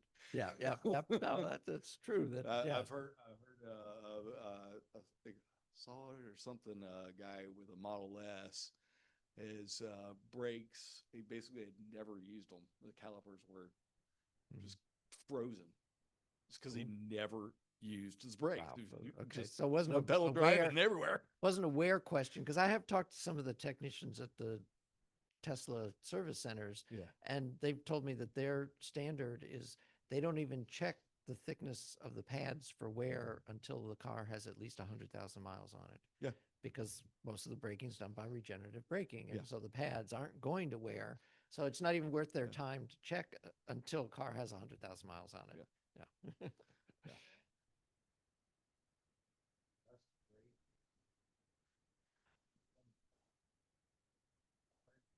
Oh, yeah. Yeah, yeah, going backwards was the way to adjust them. Yeah, you set them that way. Yeah, I remember that. I used to do a little bit of auto mechanics before I got into air conditioning, and so yeah. Okay, good. Question over here.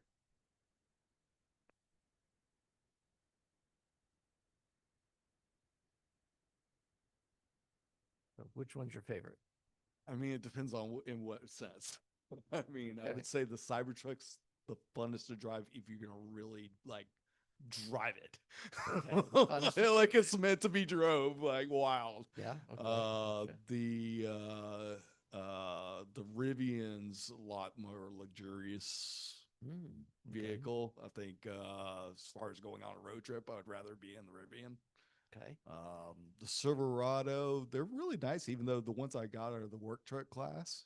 Hmm. But for a work truck, I was amazed at how nice they are. And they really feel nice. It's like a big, heavy truck. I could see driving long distance in it. I haven't really drove it much. I've got two of them, but two of my employees drive them, so I drove it very little. Okay. Mhm. But they seem to love them. Good. Good.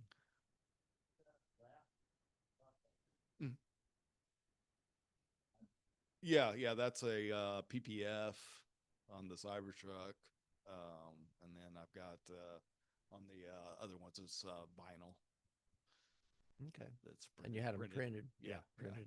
Yeah, on the Cybertruck, luckily I did the PPF and then I put vinyl letters on it that I later took off because of all the Elon mess. Ah, gotcha. Okay. Okay.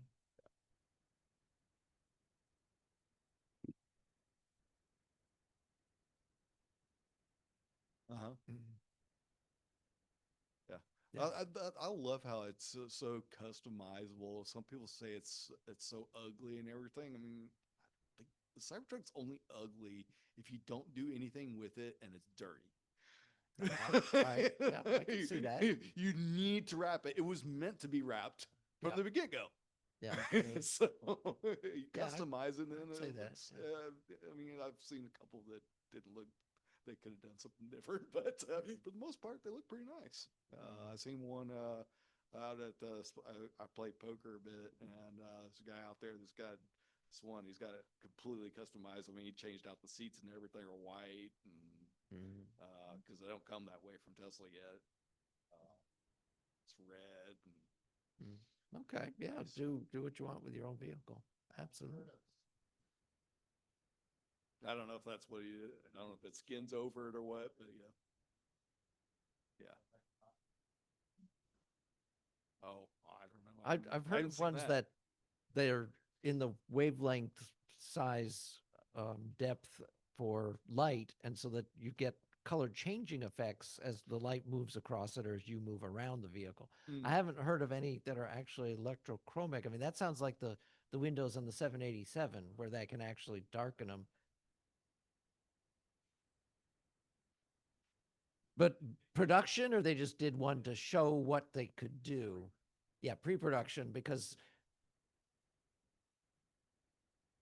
yeah, yeah. So we know the materials exist, but whether they be cost effective to do it on something you- outside of a vehicle that gets rubbed. Have in y'all seen the cyber slab? rubber slab. What's that?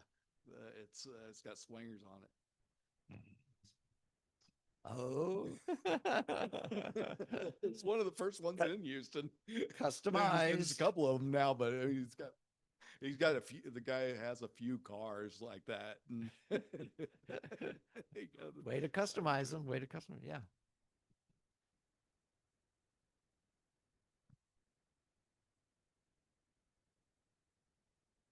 Not at all. I mean, the windows work good, but it's just like they would work on any luxury vehicle that has good windows that go up and down and whatnot.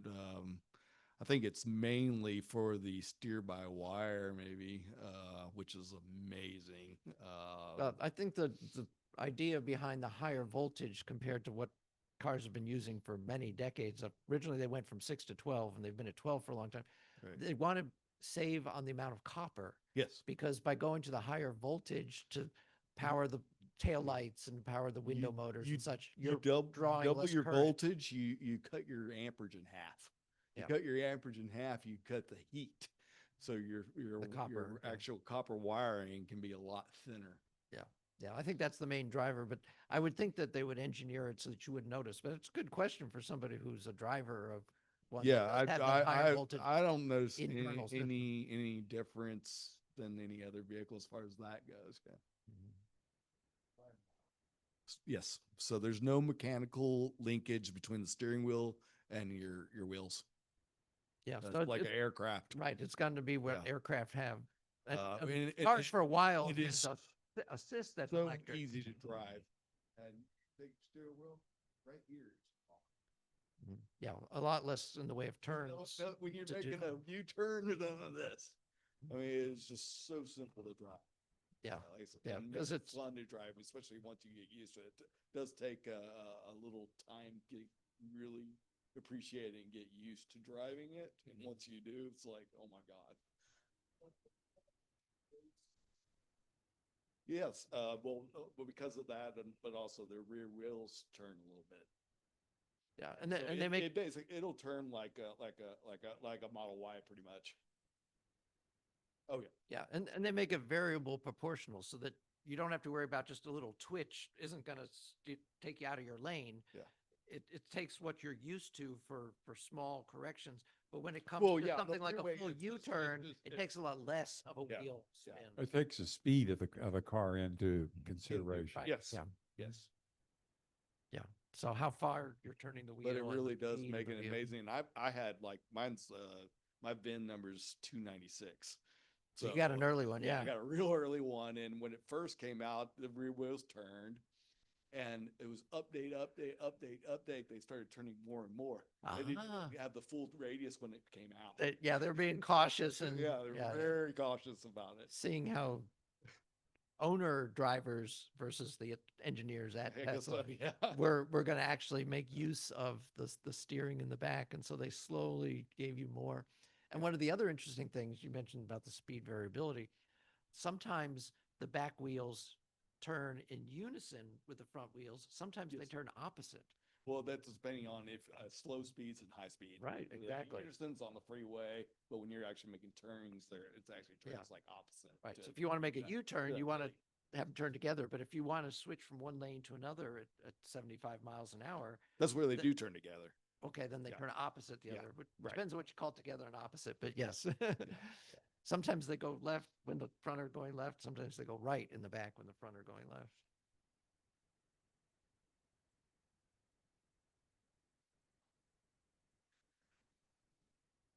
Oh, about the Yeah, alignment. I would say I will definitely go to Tesla if I need alignment. Yeah. It's on the Cybertruck, but I haven't had one yet. I haven't been driving mine.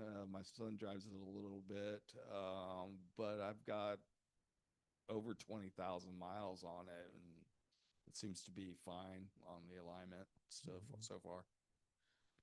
Yeah, I haven't heard it come up anywhere, but I was thinking the other day, Tesla, one of the few cars I've ever owned that gets better over time. Yes. Yep. Yeah. I can't think of any other car I've ever owned that does that, but Nothing of this. now you could say that Tesla is just using you as a guinea pig, you know, and that may be true too, because I noticed that mine eats up a lot of battery just sitting there. And they said that the Model Y used to do that, but over time, Yes, they that's improved one of the it. improvements Yeah. they have I is haven't noticed power. too much on those. I do notice it quite a bit on my Rivian. As far as it just eats a lot more, but ex- one thing you can do is turn off the Sentry motor on the Rivian. It's called Gear Guard, because that eats a lot of your battery. So if Okay, it's at good home, to you know. want to make sure that's turned off at home. off, yeah. So Yeah, you're but not- the Tesla, you can bring it down to 20% and then it stops. Right. Yeah. But if you don't want to waste that energy, you can just, like I said, Cut it off. depending on where you are, you might want it on. Yeah. I turned mine back on when I got a hate letter on my windshield of my Cybertruck at Lowe's. Oh. Yeah, they put fucking dork Nazi car. Oh. Uh-huh. Well, yeah, but I've only had one finger so far. I'm like, what if I was Jewish? I know. I mean, my brother married into a Jewish family. His wife's uncle loves his Model X. So, but I'm glad you brought up about the cars getting better. And of course, there's a number of different models now that have over-the-air updates. That's one of the things I forgot to mention to Keith Browning outside from Channel 13 when we were talking with him. I mean, there's so many different things you want to bring up, and so we were, doing that. And he said over Thanksgiving is when he's going to start having his Channel 13 special on. nice. So, but yeah, more exposure.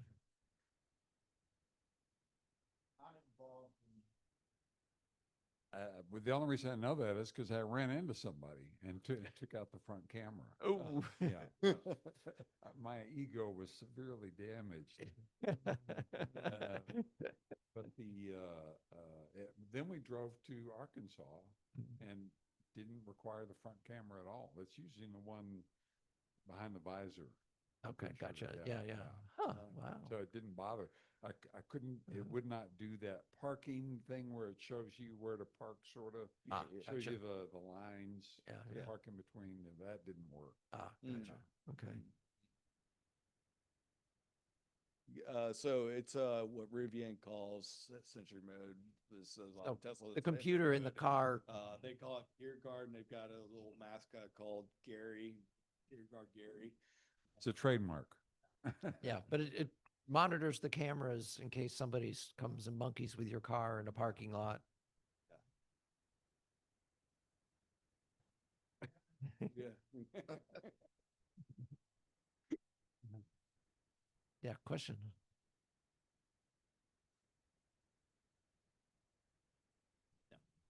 No, I did mechanics a long time ago, but especially on today's stuff, I Okay. wouldn't have a clue.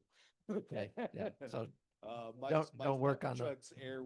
My Cybertruck's air actually went out. That's one problem I did have, and it was a software bug. They said I got it in the morning. Everything was fine. I stopped at a supply house, went back in the truck. I was like, "That's not cool in here." And I see a message on the screen about it not working. So they treat that as a breakdown. That was a no appointment needed, and that they wound up having to completely erase the car and re-download. but it was all software? No, It was all software. not a hardware problem. Wow. Okay. How often is the software? I mean, it depends. Like it could be a couple weeks, month. Sometimes there'll be a big update, and then might be a day or two later. There's a small update because there's some bugs they need to fix. So yes, it'll come up like you'll get in the vehicle and it'll come up on the screen to either do now or schedule, and most of the time you're getting ready to go somewhere, you'll just hit schedule and it'll do it at like 2 a.m. Yeah. It does have to be on Wi-Fi to get that update. So it'll get the update no matter where you're at.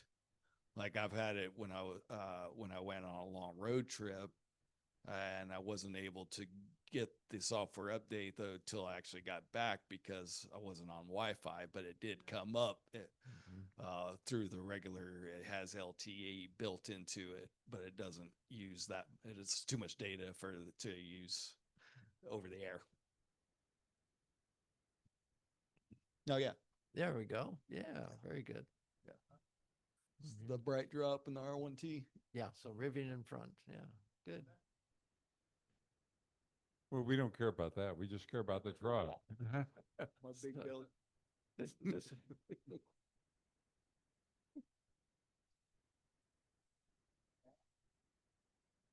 Yes. Maybe so. Yeah. There's a lot of back end stuff that they do. I don't think they caused it, but I like the line. I like to blame them. Oh, there's a lot of You- people tried to You've been try watching too many a lot of Nicolas people Cage try to movies. blame full self-driving on accidents. You see them all over the internet and everything, and as an owner, you know that it was bullshit. There's a channel for like, that.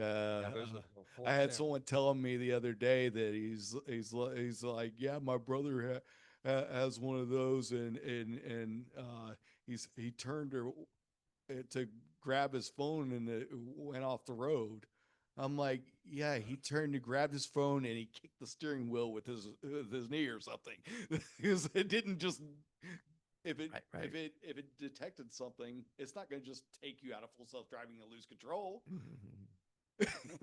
So,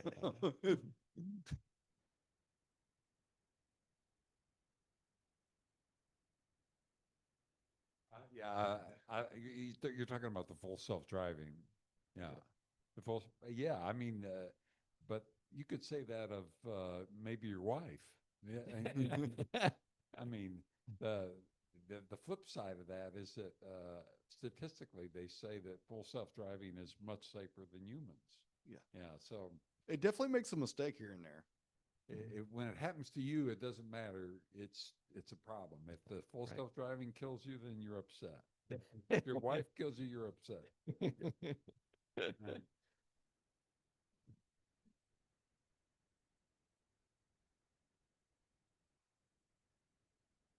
Tesla make big changes to the Cybertruck. Big changes? I don't know.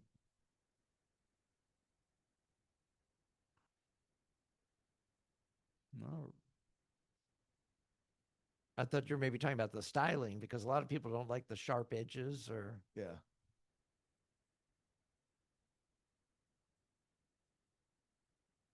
Not really, honestly. The thing is really amazing. I mean, they did put a lot. I mean, the tonneau I cover. wish you can Elon walk Musk on, would the power. stay his ass out of politics. Right, yeah, staying outside of politics might be an improvement for the vehicle. Yeah, but I mean, they did put things in it that their other vehicles don't have. I mean, the power out in the back, and of course, Yeah. being a pickup truck, it's got the tonneau The cover. tunnel Cars- covers works amazingly. Yeah, so that I imagine, yeah, because you're always putting stuff in the back there. Yeah, I mean, a It lot would of be cool if it was a way, and because of that thing rolls up, they couldn't. But it would be cool if if the window was a way to the window would pop out or something to where, you could have the tunnel cover closed and maybe go to sleep back there or something, have air from the truck. That's the thing. This people like that thing where you can fold it down and extend the length of the bed. Yeah, well, the Silverado only on the top trim it has it because mine don't have that. I've got the work so the truck, top but the one that's like 120 grand has where you can completely take that thing down instead of having a 6-foot bed, you've got like a 10-foot bed okay. because it's goes you into get the all cab. the way to the back seats basically. Yeah, okay. Yeah. That's the biggest thing I've seen is people talk about that. Yeah, Yeah, being able to extend and everything. Yeah. I think so. No. No. On the SUVs all open, but on the There, truck, there was a company called that Bollinger that thing's had got one a that was- tiny bed in it, but it works for me and for service. I think the Hummer does. Oh, you're talking about the gear tunnel. They call it the gear tunnel. Yeah, that goes side to side, but there've been kind of the wheel a well. couple different prototypes from companies, and I remember Bollinger was the one that extended it to the most extreme. It went all the way through. If you had like a 12-foot long piece of wood, it not only went from the back of the tailgate through the cab, it went out the front of the car. There was like a 1.5 by 1.5 door in the front of the car, so Jeez. that you could actually put a big long board Yeah. longer than the vehicle. You could stick out the front and the back of the vehicle. No, They really wanted to the put something long. The Rivian's a lifestyles Yeah. pickup truck. It's definitely. I mean, for me, for on this, just on the repair and service side, Mhm. fine. Mhm. I would not have my installers driving in it though. Ah, interesting. It's Okay. not big enough. Okay. I mean, you can't put it. You can't even put one full air conditioning system in it. Gotcha. I have hauled a couple of just single units around, but not a full system. Gotcha. Okay. Yeah. Yeah. Okay. Yeah. Over here.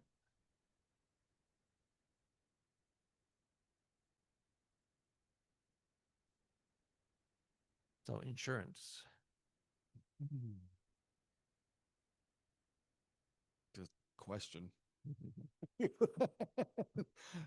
definitely a little bit more than other vehicles I had in the past, but that's only based on the value of the vehicle. Mm, sure. And you got to shop it around. Like on the Cybertruck, Tesla wanted like $493 a month.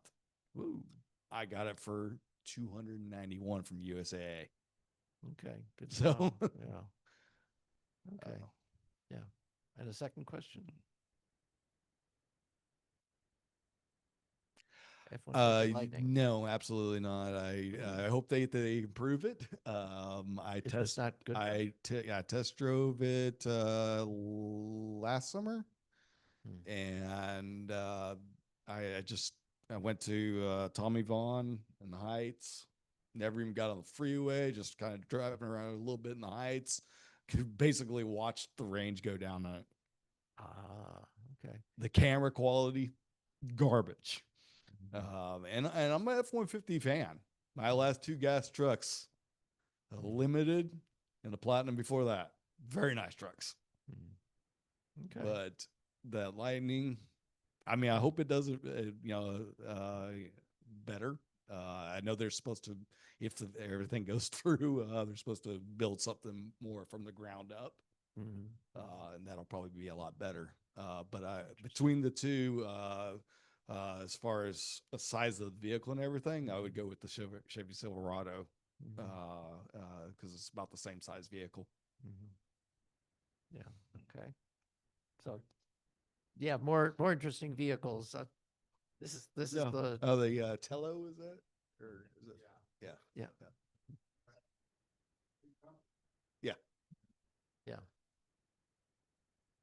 They're comparing it, yeah. So that That's they're, a little- they're saying it's small, I like a think Mini that's a little Cooper is. too So not small personally, but well. You've got certain jobs, and you know exactly.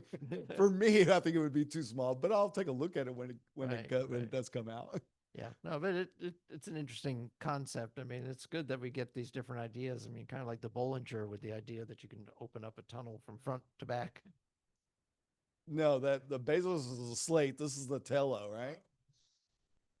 Yeah, Slate is a that's different- the Bezos is Yeah. the Slate. It's supposed to be Different like 20 grand or something. Concept, right, right. Yeah. I think they were pricing it before the 7,500 went away. So we'll see if the pricing See, could stick or not. The question is, I mean, I don't know. I kind of like all the technology that comes with most of the electric vehicles and Mhm. all the safety pictures and Yeah. sensors and cameras and stuff. This thing's going to be bare bones. Right. That's the only way to make it It's low probably cost. not going to have any of that stuff on Right, it. to make It it low might cost. have, it'll probably have regenerative braking. Right, sure, sure. Which is a safety feature in its own. Well, yeah, But that's about it. Gives you more range, which obviously that's Yes. always a selling point if you don't have much range. Right. But Yeah, but in terms of other than regenerative braking, yeah, they wouldn't have much. So Yeah, I there don't you can think see that tunnel on the side. So that model. Oh, is there, going- on that was the Tello? It's going to have the tunnel? Yeah. Oh, cool. Mhm. So they're copying that from Rivian. Yeah, But, yeah. yeah. So, But that does actually give a lot more space. I'll say having I've got the two R1Ts and the and one you use R1S. that tunnel? Yes, Okay. I would say as far as for a work perspective, Ah, the R1T truck is better. okay. I wanted the R1S because I also use it personally and You road got- trip in Right, it. more internal volume in the S, yeah. the SUV style, the truck, the Yeah. T, I have the go bed. sleep in the back of the S Right. very easily. Okay, gotcha. Yeah, yeah, yeah. Not so much in the T, it's a little uncomfortable. Yeah, yeah, that's a bed. Okay. All righty, good. So anybody online have any questions for James? All right, or anyone in the room? Or-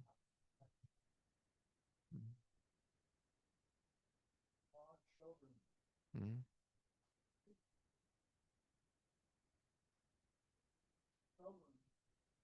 Ah, Mhm.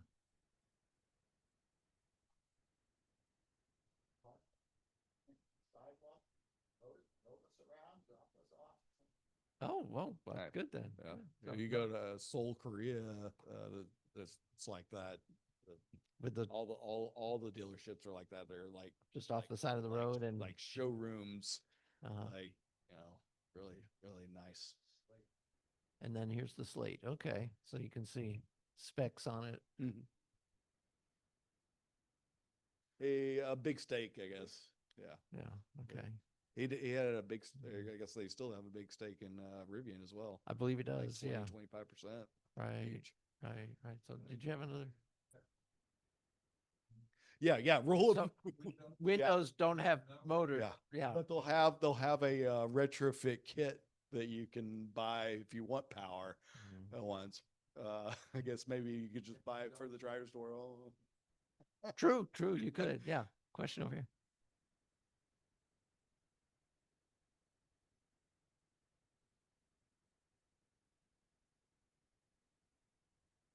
I mean, mostly the mid tier.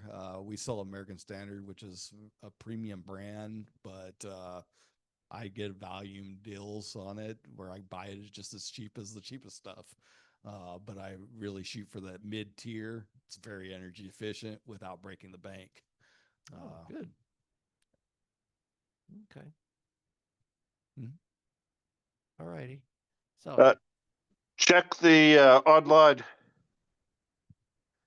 check the online.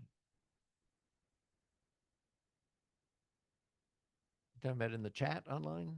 Other. Oh, there's my website. Yeah. The chat. In the chat, are there some questions? Yes.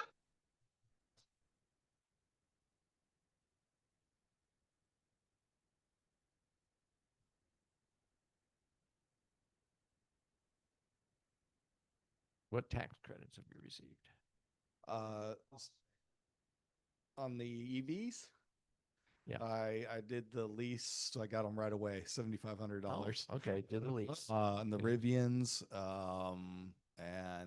but the Cybertruck did not qualify for it when I bought it, and well, the one I got didn't.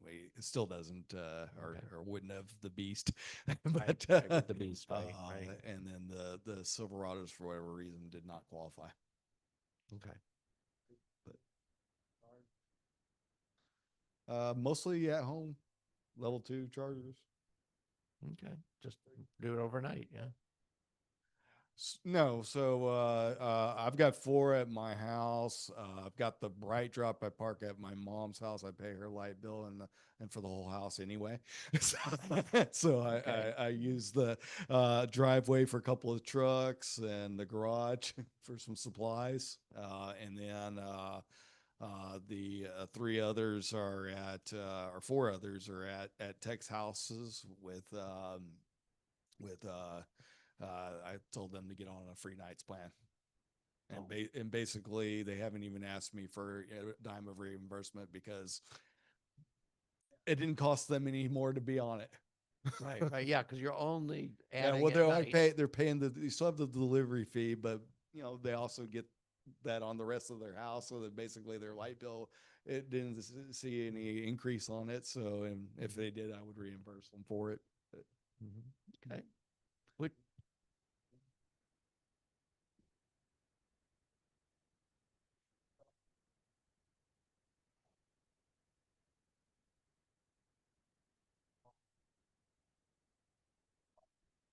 brake pads and or rotors, so for do-it-yourself regen. I would recommend not doing it yourself, but because of the regenerative braking, you're probably never going to have to change your pads out, or it's so Yeah, they last so long. Just take it to a professional. yeah, I was gonna say, you're gonna go A a lot of long, big, many, many a miles. lot of before vehicles, you change might your go pads. 10,000, 20,000 miles and need new pads and rotors. Not on an electric vehicle. Yeah, yeah, exactly. Yeah, it really is way up there. Yeah.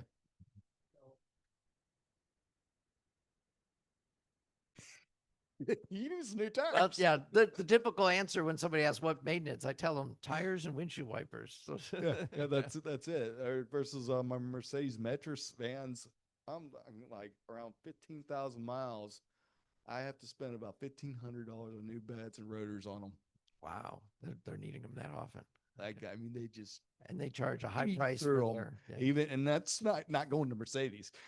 Oh, okay, gotcha. Yeah, to Mercedes, it's probably $2,500. Yeah, yeah, yeah. But the price for them, yeah, Gotcha. but they have to be genuine Mercedes parts either way. You have to get the parts from them. Okay, even Mhm. if the labor Yeah, can be there's done no by a different aftermarket shop. work. Okay, Yeah. gotcha. Yeah.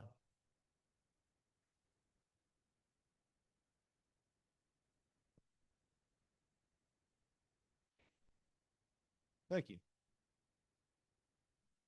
Mm. Good.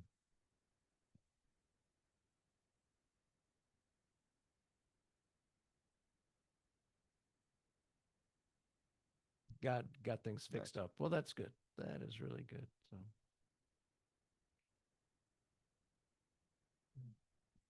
Mm-hmm. Yeah. Saw somebody driving around on the street, license with their cat.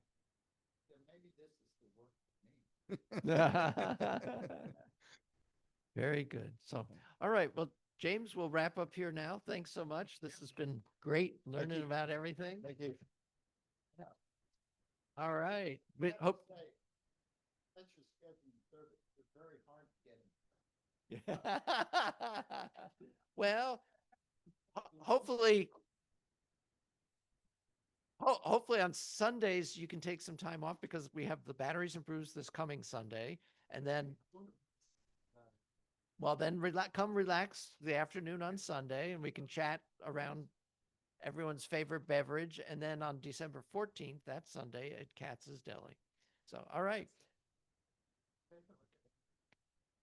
Yeah, take some of the paperwork and such, everybody. So, all right, thanks. We'll see everybody at the social. We won't be doing anything here at TXRX in December, but I hope to see everybody in person at the social. All right.